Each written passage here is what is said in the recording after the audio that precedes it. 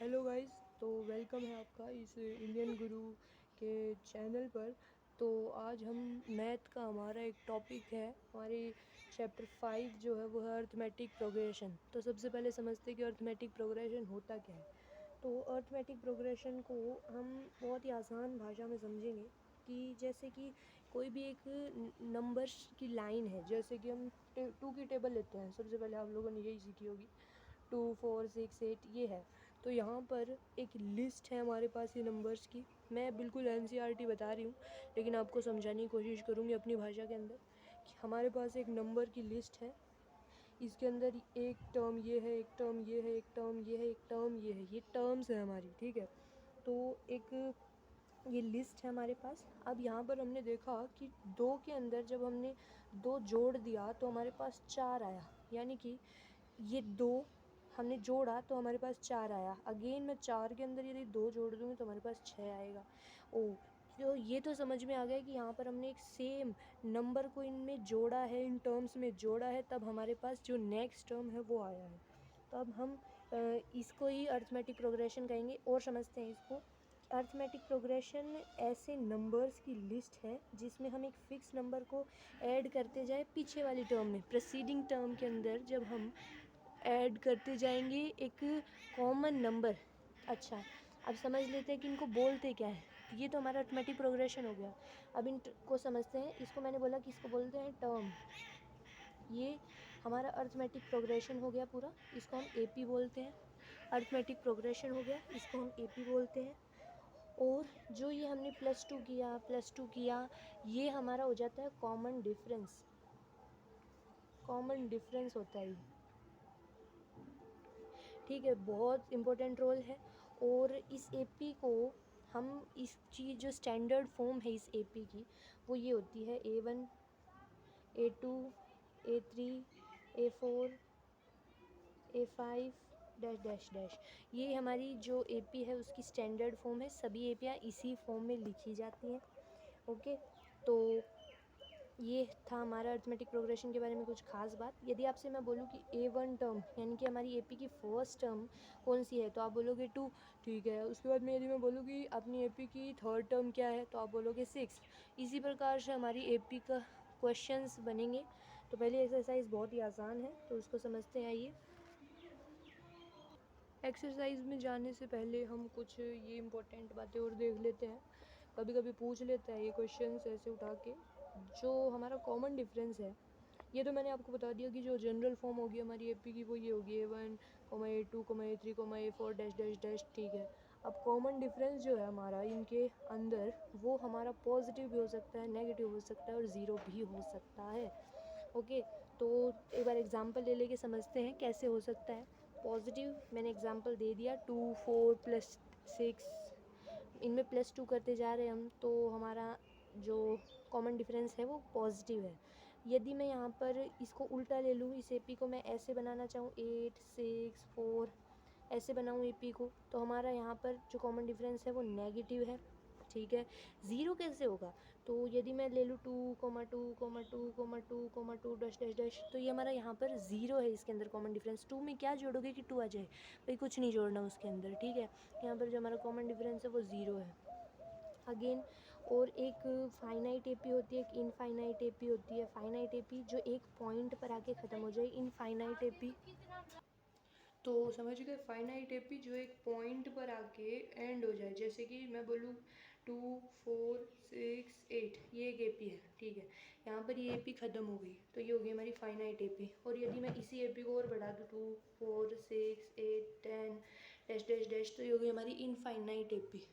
Okay, तो और एक और जनरल फॉर्म मैंने बता दी कि A1 होती है, ठीक है। इसको हम एक और तरीके से लिख सकते हैं, वो है A1 comma A1 plus D comma A2 plus D, ठीक है।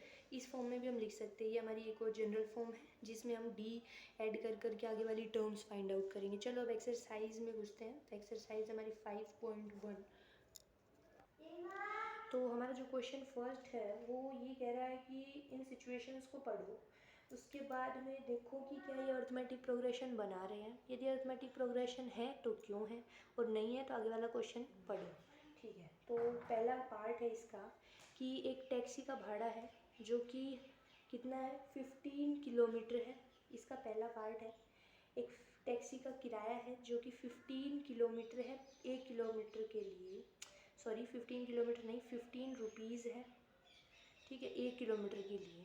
फिर ये बोल रहे हैं कि ये 8 मीन्स 15 में 8 लगातार जुड़ता जा रहा है अगले किलोमीटर के लिए, यानी कि 2 किलोमीटर होने पर जो भाड़ा है वो हो जाएगा 15 प्लस 8, 3 किलोमीटर होने पर जो भाड़ा है वो हो जाएगा 15 प्लस 2 इंटू 8, ठीक है। तो मतलब ऐसे बढ़ रहा है वो किराया। तो मतलब यहाँ पर हम एक बात समझ गए कि ये जो 8 है हमारा, 8 जो है हमारा ये कॉमन डिफरेंस है, ठीक है। और कॉमन डिफरेंस है यानी कि इनके अंदर ये सेम नंबर ऐड हो रहा है बार बार, ठीक है। तो ये एक अर्थमेटिक प्रोग्रेशन है, ठीक है। तो इसको कैसे समझाएंगे यहाँ पर कि 8 हमारा जो है हर एक किलोमीटर के लिए अगेन एंड अगेन उसके अंदर ऐड हो रहा है, और 8 हमारा यहाँ पर कॉमन डिफरेंस है, और ये जो 15 है ये हमारी A1 है, यानी कि फर्स्ट टर्म है हमारी AP की। आगे के जो क्वेश्चंस हैं वो भी बड़े ही इजी हैं, मैं आपको बता देता हूँ, उसके बाद में आप खुद ट्राई करना, इनको मैं समझा देता हूँ ऊपर ऊपर से। तो बोला कि एक सिलेंडर है हमारे पास, इसके अंदर एयर प्रेजेंट है, ठीक है, और हम उस सिलेंडर का बार बार 1/4 एयर उसमें से बाहर निकाल रहे हैं। तो मेरे को एक बात बताओ, यदि आपके पास एक कोई भी कंटेनर है, उसके अंदर 10 लड्डू हैं, मैंने बोला कि मैं हर बार उन लड्डुओं का मतलब उन लड्डुओं में से 2 लड्डू हर बार निकाल रही हूँ, तो मैंने पहले 2 लड्डू उसमें से निकाले तो 8 लड्डू बचे, 10 लड्डू थे आपके पास, 8 लड्डू बचे, ठीक है। अब मैं उसमें से 2 निकाल रही हूँ तो 6 लड्डू बचे, लेकिन यहाँ पर तो हम उसका मतलब 2 करके निकाल रहे थे, लेकिन जब ये फ्रैक्शन में चेंज हो जाए तो इसी को हम एयर के प्रस्पेक्ट में समझते हैं। तो एयर है, पहले हमारे पास सिलेंडर के अंदर मान लो x एयर है, ठीक है, उसका हमने 1/4 निकालना है, यानी कि x एयर में से हमने उस 1/4 x, ठीक है, यानी x/4 हमने उसमें से माइनस किया। समझो इस बात को, सिलेंडर के अंदर कितनी एयर प्रेजेंट है x, हमने मान लिया x एयर हमारे सिलेंडर के अंदर प्रेजेंट है, ठीक है, x वॉल्यूम, ठीक है, x एयर हमारे प्रेजेंट है उसके अंदर। अब उसका जो बोला सिलेंडर की एयर का 1/4 यानी x का 1/4, x का 1/4 यानी कि x/4, ठीक है, x का 1/4 यही होगा ना, x इंटू 1 क्या फ़र्क पड़ता है, x, ठीक है, x/4 हो गया। तो ये बार बार चेंज हो रहा है तो x माइनस x/4 होगा पहले, ठीक है। अब कुछ आंसर आ गया, मान लो हमारे पास y मान लेती हूँ मैं, अच्छा जी, अब ये y है, इसमें से वापस हम y/4 माइनस करेंगे, तो यहाँ पर सेम हमारा x/4 माइनस नहीं हो रहा। इसको अच्छी तरह से समझने के लिए थोड़ा क्वेश्चन को पढ़ो 2-3 बार, फिर समझो कि बोल रहा है कि x मतलब उस सिलेंडर की एयर का 1/4। अब एक बार हमने 1/4 निकाल लिया उस एयर में से, तो वो जो सिलेंडर के अंदर एयर बची है, क्या वो पहले जितनी बची है, नहीं बची, ठीक है, 1/4 कम हो गई ना एयर अब उसकी। अब उसकी 1/4 जो बची हुई एयर है वो अलग आएगी, ठीक है, जो पहले वाली 1/4 एयर थी, ठीक है। तो यही क्वेश्चन था ये सेकंड वाला। थर्ड क्वेश्चन हमारा बोल रहा है कि हम एक कुआं खोद रहे हैं, ठीक है, उसके अंदर 1 मीटर के लिए 150 रुपये चार्ज कर रहे हैं, खोदने वाले होंगे, ठीक है, और वो हर एक मीटर पर वो 50 रुपये बढ़ाए जा रहे हैं, जैसे कि एक जो मीटर है उसके लिए उन्होंने 150 रुपये चार्ज किए, ठीक है। अब जैसे 2 मीटर होगा वो उसके लिए 50 रुपीज़ और ऐड करेंगे, मतलब 150 प्लस 50, ठीक। 3 मीटर होगा वो अगेन उसके लिए ऐड करेंगे 150 सॉरी प्लस 2 इंटू 50 यानी कि 100, ठीक है। तो मतलब यहाँ पर जो हमारा कॉमन डिफरेंस है वो सेम है, भाई इसको ऐसे लिख दो ना, 2 इंटू 50, मैंने पूरा सॉल्व कर दिया। तो यहाँ पर जो 50 है ये हमारा कॉमन डिफरेंस है, और अगेन हमारी AP की टर्म्स में आ रहा है, तो ये हमारी AP हो गई, ठीक है। फोर्थ क्वेश्चन देखते हैं भाई। फोर्थ क्वेश्चन ये है जो कंपाउंड इंटरेस्ट का क्वेश्चन है। अच्छा, सिंपल इंटरेस्ट, कंपाउंड इंटरेस्ट, ये हमने पढ़ा था पिछली क्लासेस में। जो सिंपल इंटरेस्ट होता है हमारा वो कंटिन्यूसली इंक्रीज करता है, कॉमन डिफरेंस सेम रहता है उसके अंदर, लेकिन जो कंपाउंड इंटरेस्ट होता है वो पहले ऐसे और फिर अचानक से वो ऐसे बढ़ता है, ठीक है। मैं तो नहीं कही, पहले ये बात दिमाग में डाल लो कि जो कंपाउंड इंटरेस्ट है उसकी कभी AP नहीं बनती, ठीक है। तो यहाँ पर पहले देखो जो कंपाउंड इंटरेस्ट है उसका क्या फॉर्मूला होता है, P, ठीक है, ब्रैकेट 1 + R/100 और ऊपर टाइम, ठीक है। तो पहले यहाँ पर प्रिंसिपल इतना था, फर्स्ट टाइम प्रिंसिपल हमारा कितना है 10,000, ठीक है जी। अब अगली बार जो प्रिंसिपल लगेगा ना वो हमारा 10,000 में इंटरेस्ट ऐड करके लगेगा, यानी कि प्रिंसिपल सेम नहीं होगा हमारा। प्रिंसिपल सेम नहीं होगा तो ऑटोमेटिकली हमारा जो एपी है वो नहीं बन पाएगा क्योंकि कॉमन डिफरेंस नहीं आएगा। ठीक है, क्वेश्चन सेकंड देखते हैं। क्वेश्चन सेकंड हमारा कह रहा है कि फर्स्ट 4 टर्म्स हैं एपी की, वो आपको फाइंड करनी है। आपको A1 दे रखा है यानी कि फर्स्ट टर्म दे रखी है, कॉमन डिफरेंस दे रखा है।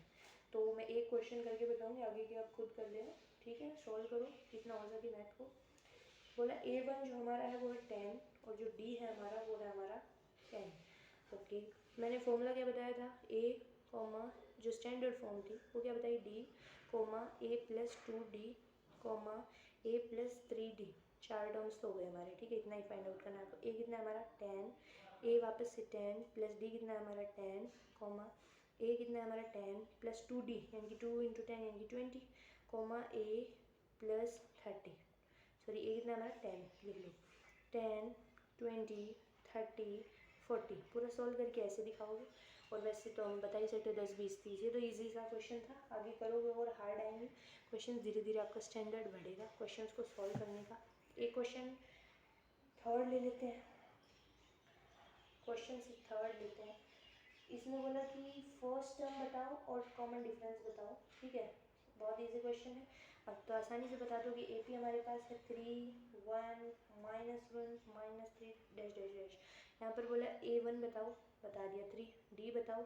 अब डी का जो फॉर्मूला है वो बहुत इंपॉर्टेंट रट लो, A2 माइनस A1 फॉर्मूला है। ठीक है, इसी से डी निकलेगा। A2 कौन है हमारा 1 माइनस A1 कितना है हमारा 3, 1 माइनस 3 यानी कि माइनस का 2 हमारा आंसर है इसका, यानी कि कॉमन डिफरेंस हमारा कितना है -2।